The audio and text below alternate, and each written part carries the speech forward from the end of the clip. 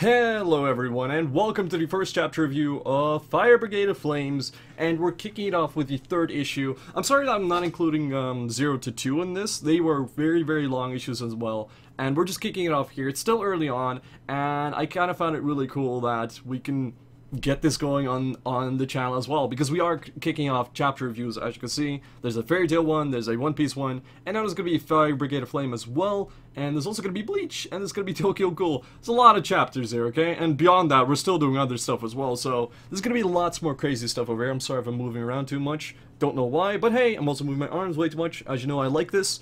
Fire Brigade of Flames. This was a stellar issue.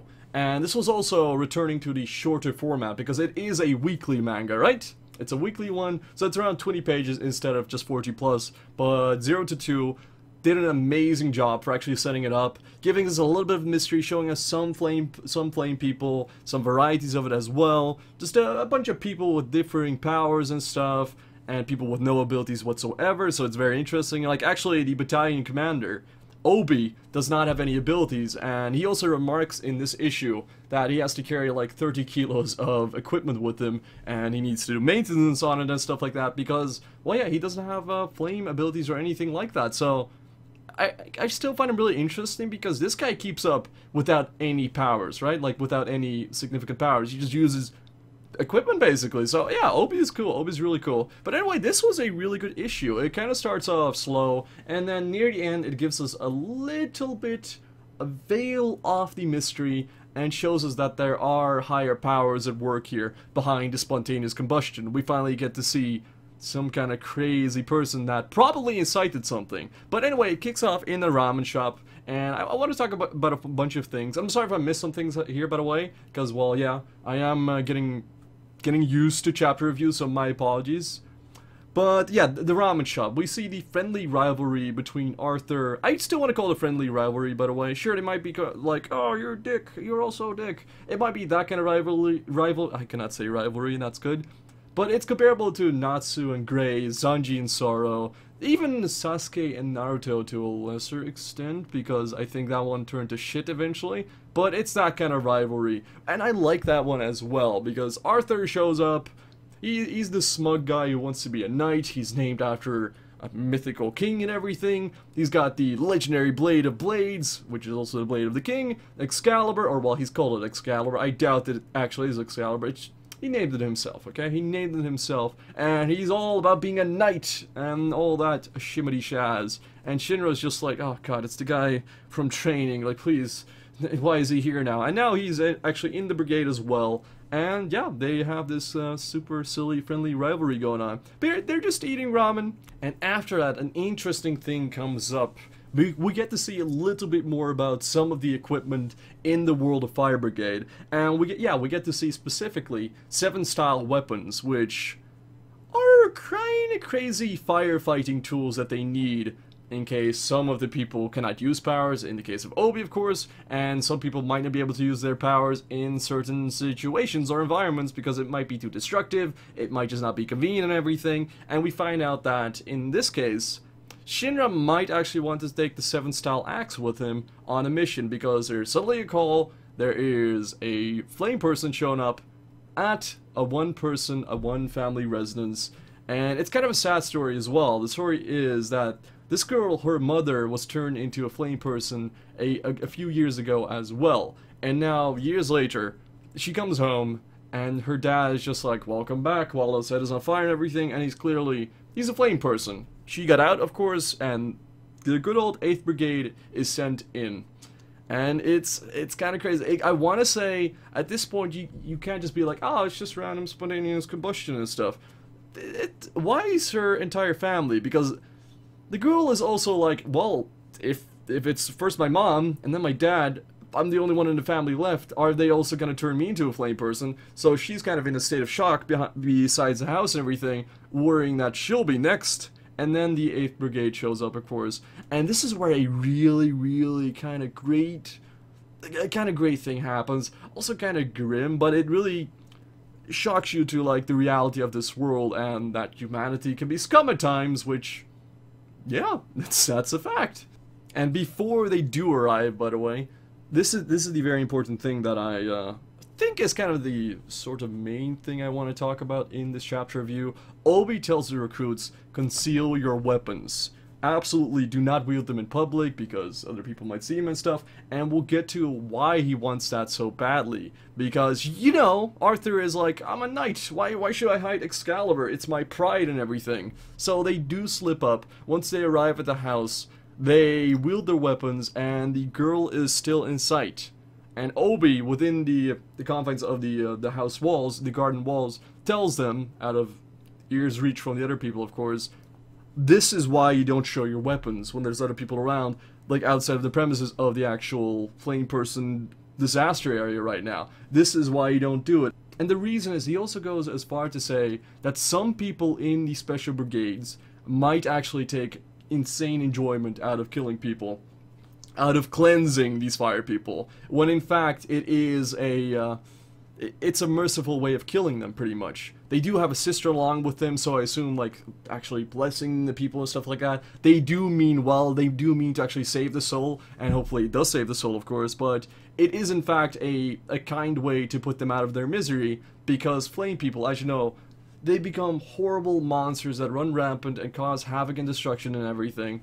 And yeah, you can't just let them running around, because otherwise the entire world is going to be overflown and everything's going to be set on fire. That's why we have the fire brigade, that's why we have the firefighters in this world, and yeah. So he tells that to his recruits, and Shinra's like, yeah, he's right. If we just show our weapons like that, we'll be just like the murderers and everything. We'll take pride and joy in actually killing these people that have been overcome by something insane. So that was a very cool moment. And it also kind of hints at that there might be certain brigades that do take pleasure in just wiping out people, that might actually act in a far more ruthless manner. I really don't know, because all we know about the brigades right now, we know about the first one, which is the best one, and the only glimpse of a member we caught was during a flashback panel where the guy kind of has a similar hairstyle to Arthur.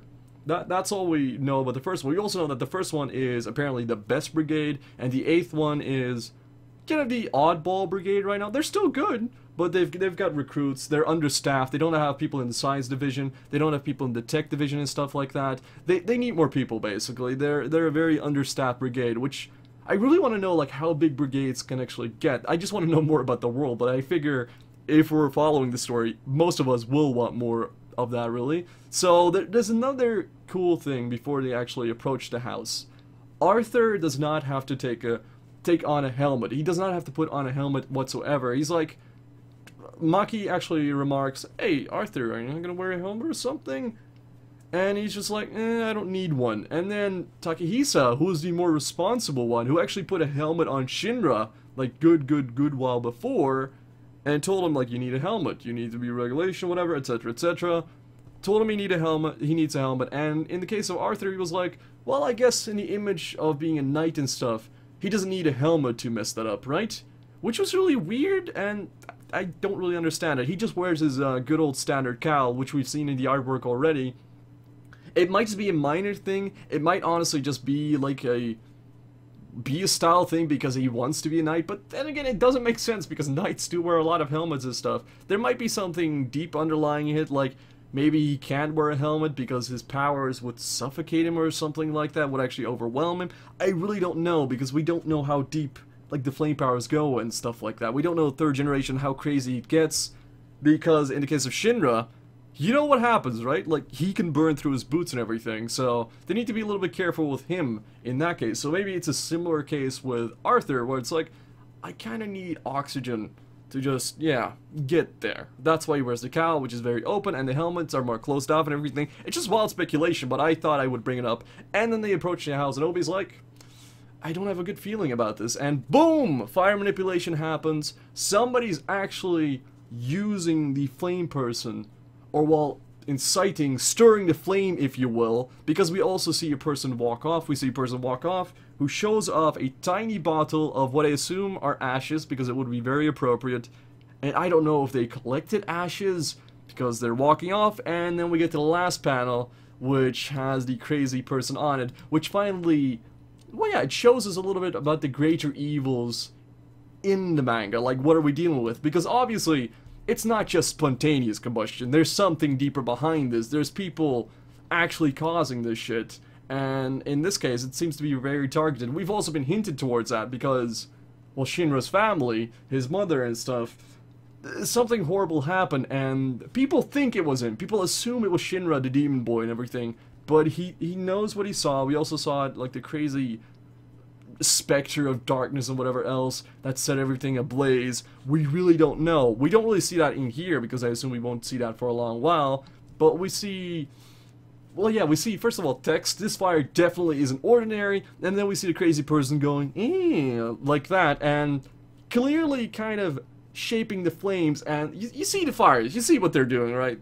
Like, that's blowing kind of blowing a raspberry. Sticking out his tongue in the form of a fire. So he's definitely actually manipulating the fire. Which means he is a second generation. I want to say he's a second generation because Maki also can do this. And yeah, I think we cracked the mystery there. We are actually seeing a second generation flame person who is fucking shit up, and we don't know why, because he's got a weird hat on, but that is not a Brigade hat whatsoever. And that's where it ends, and that makes for a very good issue, I want to say. We get to see some sort of villain, and then it continues in Chapter 4, which is called the Suspicious Blasphemer. So, interesting times are abound, my friendos, and I'm glad we kicked this off. Hopefully you did an okay job. I want to know from you guys, are you liking Fire Brigade so far? And let me know in the comments down below, what do you think about, well, could there be a brigade that's just crazy, rampant, killing all the people and who do not give a shit and just take so much enjoyment in actually wiping out people? Because, I don't know, you got crazy murder machines out there, right? You got crazy murder machines. And we suddenly have this villain, second generation flame user. It's all turning very interesting. And also we have Arthur with his hat and everything. Lots of speculation and stuff going on. I want to hear from you guys. What do you think as well? And thank you guys so much for listening. Hopefully I did an okay job. Let me know. My Goblin Face is here to review chapters for you. I'll be handling Bleach. I'll be handling Fire Brigade. I'll be handling Fairy Tail, which I love as well. And yeah, that means we will have 5 active chapter reviews on this channel. And we'll also have other content. Wally and I are working pretty well on this to get varied content out there and make cool stuff for you guys. And hopefully you guys will like it. Thank you guys so much for watching, and see you all next time!